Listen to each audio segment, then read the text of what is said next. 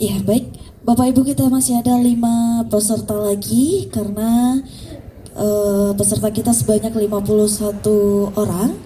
Dan penampilan selanjutnya dengan peserta nomor urut 47, kita undang peserta dengan nomor urut 48 untuk bersiap-siap di daerah persiapan. Ya, baik, kita persilakan adik kita dengan nomor lot 47.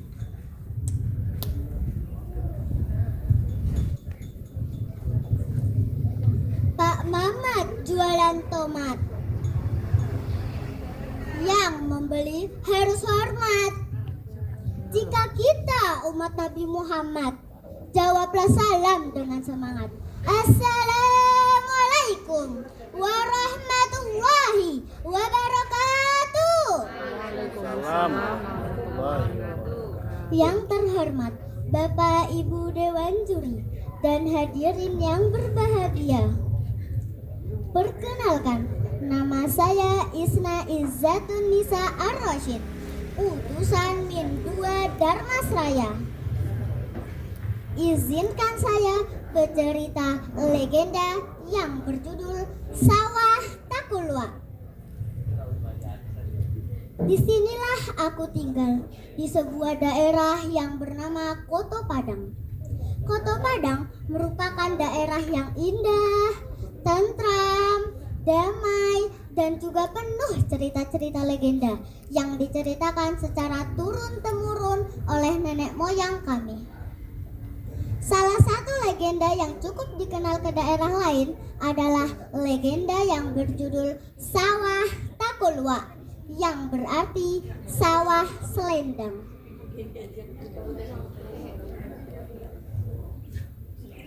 Dahulu kala hiduplah seorang ibu yang bernama Ni Inden dan anaknya yang bernama Komaria.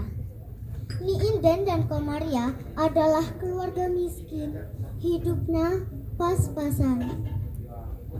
Pekerjaan yang dikerjakan Ni Inden dan Komaria adalah menyabit padi di sawah orang lain. Hasil kerjanya itu bisa mencukupi kebutuhan sehari-hari. Ni Inden adalah orang yang rajin bekerja. Seberat apapun, walaupun dia merasa letih, dia tetap bekerja dengan semangat. Seberat apapun kerjanya, dia tidak pernah mengeluh, malah tetap bekerja dengan hati yang senang. Dia sadar kalau tidak bekerja, tidak bisa mencukupi kebutuhan hidupnya dan kebutuhan anaknya. Sedangkan anak Ni Inden, Komaria, adalah seorang gadis yang cukup cantik. Tidak ada gadis lain yang lebih cantik darinya. Tapi luarnya tuh tidak sama dengan dalamnya. Dia punya sifat yang buruk hati. Setiap kali Komaria bekerja dengan Ni Inden, dia tidak pernah membantu dengan sungguh-sungguh. Ketika Ni Inden merasa letih karena terus bekerja, Ni Inden menyuruh Komaria supaya lebih cepat lagi menyabit padi yang sedang mereka kerjakan. Ni Inden berkata, "Nak, sabitlah padinya lebih cepat lagi, supaya cepat selesai dan kita bisa cepat beristirahat." Tapi Komaria sama sekali tidak mendengar kata-kata Ni Inden. Dia tetap bekerja dengan tempo yang lambat. Dengan sengaja dia melakukan itu karena dia ingin Ni Inden yang lebih banyak mengerjakannya.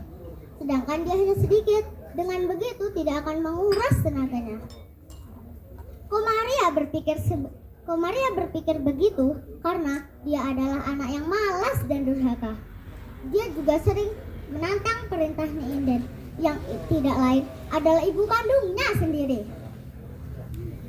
Suatu hari, Ni Inden dan Komaria sedang bekerja. Cuaca sangat panas. Teriknya matahari bagaikan membakar hati. Tiba-tiba ada orang yang memanggil Ni Inden dan Komaria dari jauh.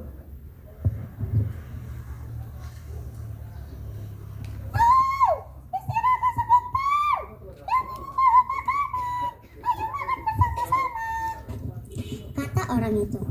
Tapi Ni Inden tidak mendengar suara orang yang memanggil. Sedangkan Komaria mendengar. Ketika dia melihat ke arah orang yang manggil, ternyata itu adalah teman-teman ibunya yang juga bekerja di sekitar situ. Komaria lalu berjalan menuju ke tempat orang itu. Lalu dia diberi makanan oleh orang itu. Ni Inden juga tidak berhenti bekerja. Dia tidak mendengar panggilan kawannya tadi. Teman-teman itu menyuruh Komaria supaya memanggil ibunya, karena mungkin ibunya sudah merasa lapar. Orang itu berkata, "Komaria, cepat panggilin ibunya ke sini. Mungkin dia sudah merasa lapar karena terus bekerja." Lalu Komaria menjawab, "Tidak usah, ibuku belum lapar. Dia masih sanggup bekerja." Karena mendengar jawaban itu, teman-teman Ni Inden menyuruh Komaria menyisakan makanannya supaya dimakan Ni Inden nantinya.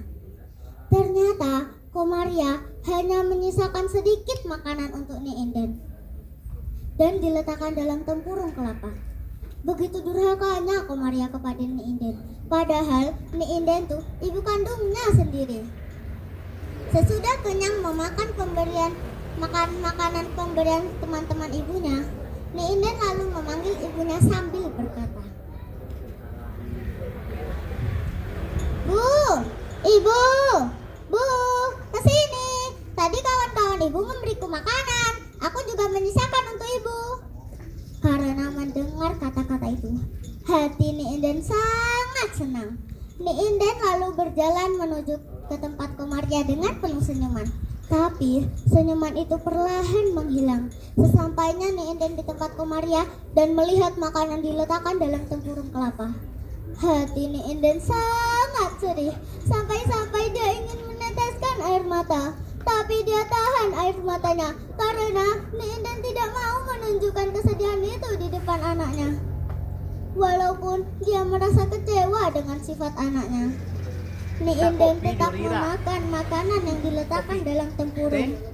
Dia sama sekali tidak ada rasa benci kepada anaknya. Dia masih sayang kepada anaknya. Ketika perjalanan pulang, Ni Inden dan Komaria harus melintasi jembatan kecil yang ada di atas sawah. Ni Inden menyuruh Komaria supaya berhati-hati dalam melangkah. Ni Inden berkata, "Nak, berhati-hatilah dalam melintasi jembatan. Nanti kamu bisa jatuh dari jembatan." Sesudah Ni Inden melintasi jembatan, giliran Komaria yang melintasi. Tetapi saat Komaria di atas jembatan, tiba-tiba jembatan itu patah. Komaria lalu terjatuh ke dalam sawah yang ada di bawah jembatan.